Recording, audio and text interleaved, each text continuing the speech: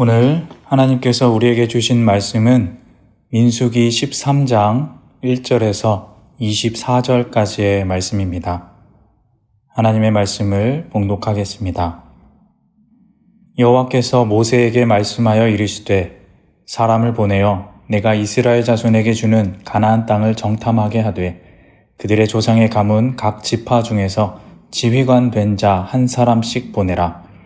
모세가 여호와의 명령을 따라 바란 광야에서 그들을 보냈으니 그들은 다 이스라엘 자손의 수령된 사람이라. 그들의 이름은 이러하니라.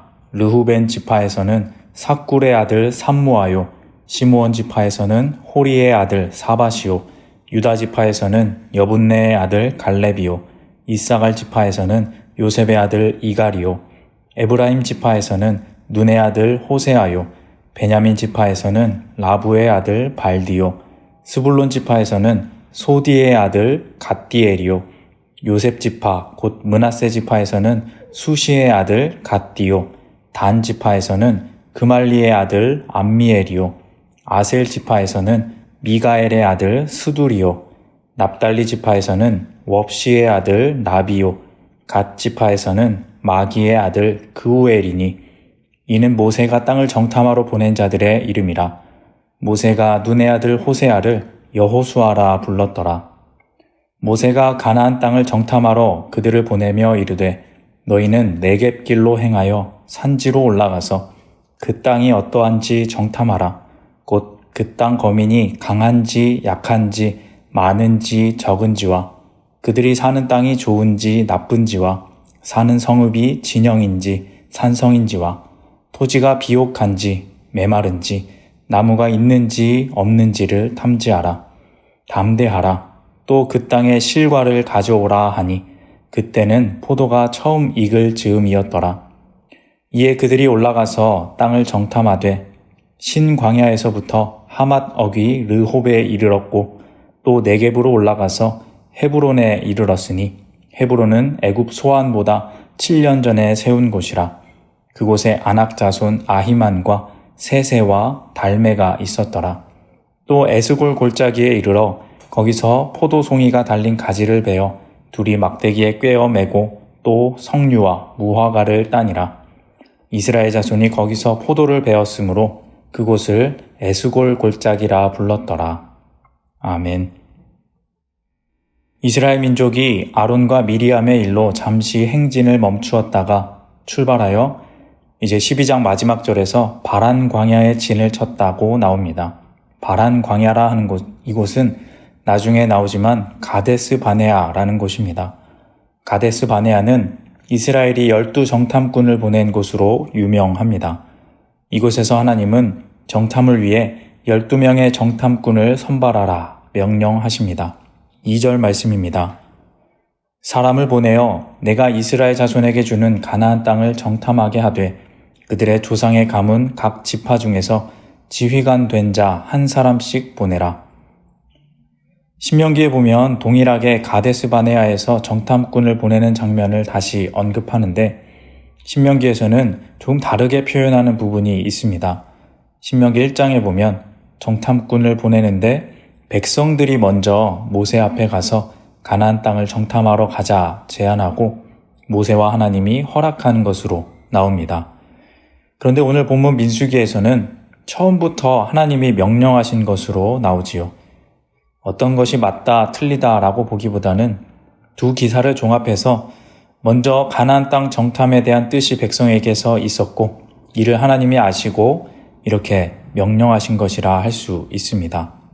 백성들도 이제 가나안 땅을 앞에 두고 강한 의지와 의욕이 있었고 하나님도 그 마음을 아시고 이들에게 명령하신 것입니다. 그런데 여기서 하나님은 정탐을 위해 누구를 뽑으라 하시냐면 각 지파 중에서 지휘관 된 자 한 사람씩을 선발하여 보내라 하십니다. 그러니까 각 지파의 우두머리격인 것이지요. 3절에는 그들이 각 지파의 수령, 즉 지도자라고 합니다. 그리고 4절부터 15절까지 그 지파와 수령의 명단이 나옵니다. 그런데 여기서 눈여겨볼 것은 이전에 민수기 1장에서 각 지파의 숫자를 세고 진영을 배치하면서 그들의 지파의 우두머리 명단이 나온 적이 있습니다. 그런데 여기 13장에 나온 명단은 그 명단과는 다른 명단입니다. 즉, 원래 있었던 우두머리들을 광야를 지나면서 새롭게 젊은 사람들로 교체했다는 것입니다. 이제 전투를 해야 하고 백성들을 능력 있게 인도해야 하니 원래 있었던 지혜롭지만 나이가 많은 사람들 대신에 젊고 유능한 사람들로 리더를 바꾸어야 한다 생각했음을 알 수 있습니다. 이제 얼마 남지 않은 가나안 땅 입성과 정복에 대한 기대감과 준비가 느껴지는 부분입니다.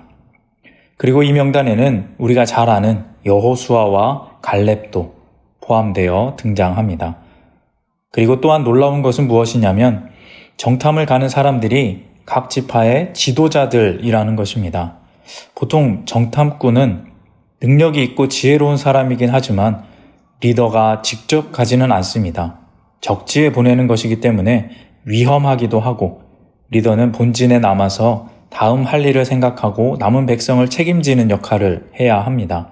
그래서 정탐꾼은 믿을 만한 사람으로 아랫사람을 뽑아 보내는 것이 보통의 전략입니다.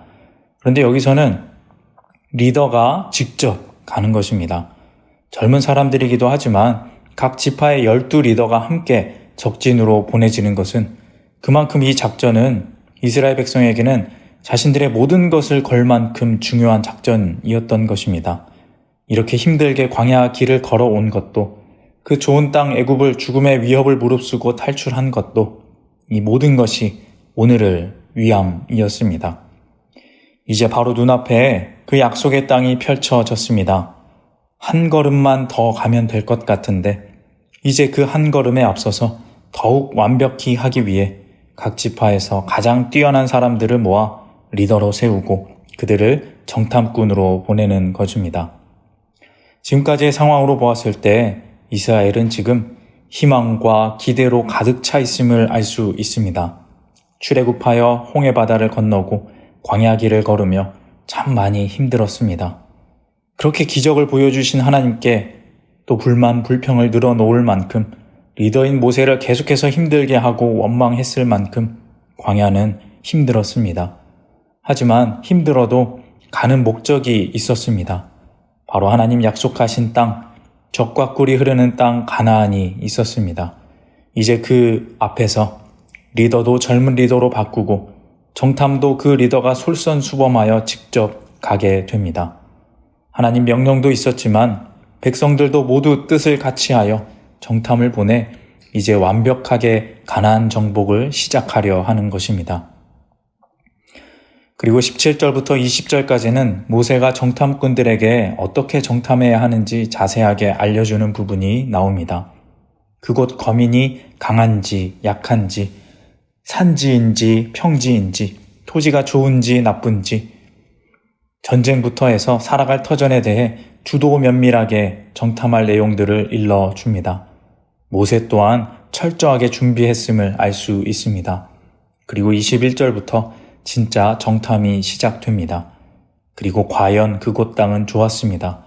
포도송이가 달린 가지를 2명이 막대기에 꿰고 올 정도로 과실이 좋았고 석류와 무화과도 있었습니다. 살기에는 최적의 조건이었습니다. 하지만 우리가 아는 것처럼 이제 다음 본문에서 돌아온 정탐꾼들은 거기서 거인족들을 만나고 낙심하여 돌아와 사람들에게 부정적인 말을 하게 됩니다. 기대가 크면 실망도 큰 법이지요. 이스라엘 모두가 낙심합니다. 그 낙심이 그렇게 컸던 이유는 오늘 본문에서 알 수 있습니다. 이들의 기대와 희망은 정말 엄청나게 컸습니다. 모든 것이 완벽하게 준비되어 있었고 모두가 하나 되어 리더는 솔선수범하여 정탐을 진행했습니다. 모든 것이 좋았습니다. 아니, 좋은 것처럼 보였습니다. 하지만 여기에는 중요한 것이 빠져 있었습니다. 바로 하나님을 의지하는 믿음입니다. 모든 것이 잘 되어가고 있을 때, 승리가 눈앞에 있을 때, 모든 준비가 철저하게 잘 되어 있더라도 여러분, 하나님을 의지하는 것을 놓으면 안 됩니다. 우리의 삶에서 기대는 어떠해야 하는가? 우리는 소망을 품을 때 어떻게 품어야 하는가? 나의 생각과 나의 지혜와 사람의 준비로 그것들을 준비하지만 우리의 마음 가장 깊은 곳에 반드시 품고 흔들리지 말아야 할 것은 바로 하나님이 함께 하신다는 믿음이어야 하는 것입니다. 여호수아와 갈렙은 그 믿음이 있었고 다른 정탐꾼들, 리더들은 없었습니다.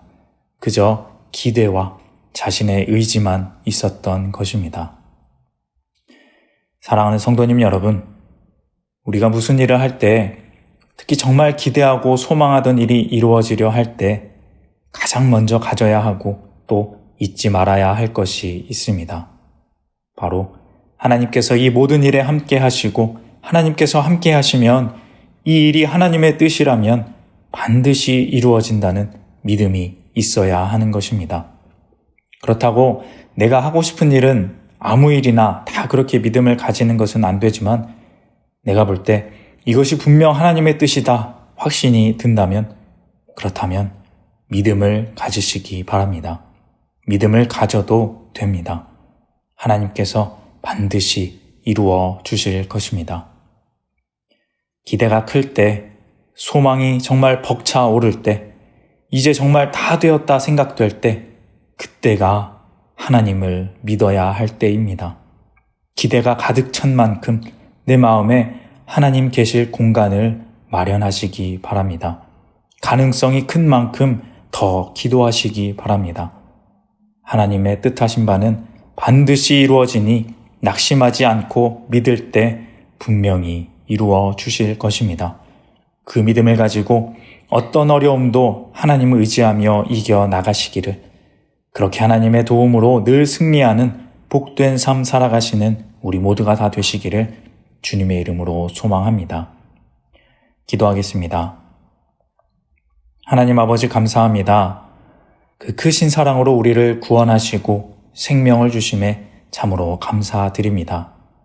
그 놀라운 사랑을 받았는데 이미 우리가 경험하고 그 삶을 누리고 있는데 우리는 우리 앞에 막힌 작은 벽으로 인해 다시 한번 실망하고 낙심하는 연약한 존재입니다. 우리가 믿음을 가지기 원합니다. 기대가 클수록 하나님을 의지하게 하시고 소망이 클수록 더 기도하게 하여 주옵소서. 하나님의 도우심을 확신하며 늘 믿음으로 담대히 승리하는 우리 모두가 되게 하옵소서. 예수님의 이름으로 기도합니다. 아멘.